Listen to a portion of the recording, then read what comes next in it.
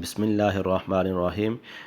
Dear students, آج ہم بات کریں گے کمپیوٹر کے اوپر.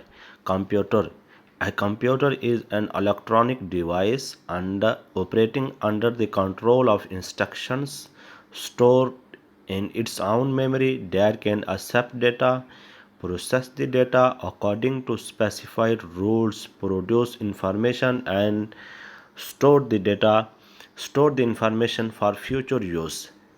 اس ڈیفینیشن کے اندر دیکھیں تو اس میں ایک چیز تو انڈرسٹوڈ ہے کہ کمپیوٹر جو ہے وہ ایک الیکٹرانک ڈیوائس ہوتی ہے. ٹھیک ہے، جو ہے وہ جو اس کو انسٹرکشن دی جاتی ہیں اس کے مطابق وہ کام کرتا ہے.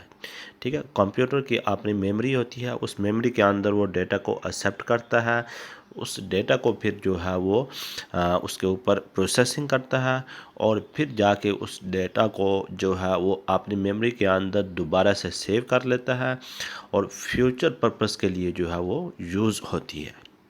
ٹھیک ہے، یعنی کمپیوٹر کے جو آپ دیکھ سکتے ہیں کہ 4 طرح کے فنکشن ہوتے ہیں. ایک تو فرسٹ ون جو ہے وہ کوئی بھی جو آپ انسٹرکشن دیتے ہیں تو کمپیوٹر اس کو ایز اے ان پٹ جو ہے وہ لیتا ہے، ٹیکس ڈیٹا ایز ان پٹ. اس کے بعد جو ہے کمپیوٹر جو ہے وہ store the data instruction it's memory and use them when required.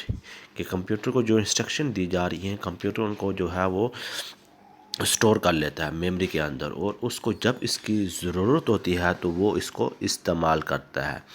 اس کے بعد کمپیوٹر کو جو انسٹرکشن دی گئی ہیں اس کے پاس وہ ڈیٹا جو ہے وہ سیو ہو گیا ہے، اس کے اوپر جو ہے وہ کمپیوٹر پروسیسنگ کرتا ہے.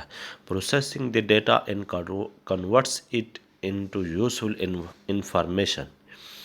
کہ کمپیوٹر کے پاس جو انسٹرکشن کمپیوٹر کو دی گئی ہے اس کے اوپر کمپیوٹر نے پروسیسنگ کرنی ہے، اور پھر جا کے لاسٹ پہ جو کمپیوٹر اس کو اوپر پروسیسنگ کر لیتا ہے ڈیٹا کو جو ہے وہ جس شیپ میں آپ کو چاہیے ہوتا ہے اس شیپ میں کمپیوٹر جو ہے پروسیسنگ کرنے کے بعد آپ کو as a out put generate کر کے مہیا کرتا ہے، چاہے آپ کو سافٹ فارم میں ہو یا ہارڈ فارم میں ہو. ٹھیک ہے، تو آپ امید ہے کہ آپ لوگوں کو کمپیوٹر کی ڈیفینیشن اور جو کمپیوٹر کے فنکشن ہے یا کمپیوٹر کی ڈیفینیشن سے ہی جو چیزیں آپ نے دیکھی ہیں کمپیوٹر کون سے کام کرتا ہے اس کی سمجھ آگی ہوگی. تھینک یو، اللہ حافظ.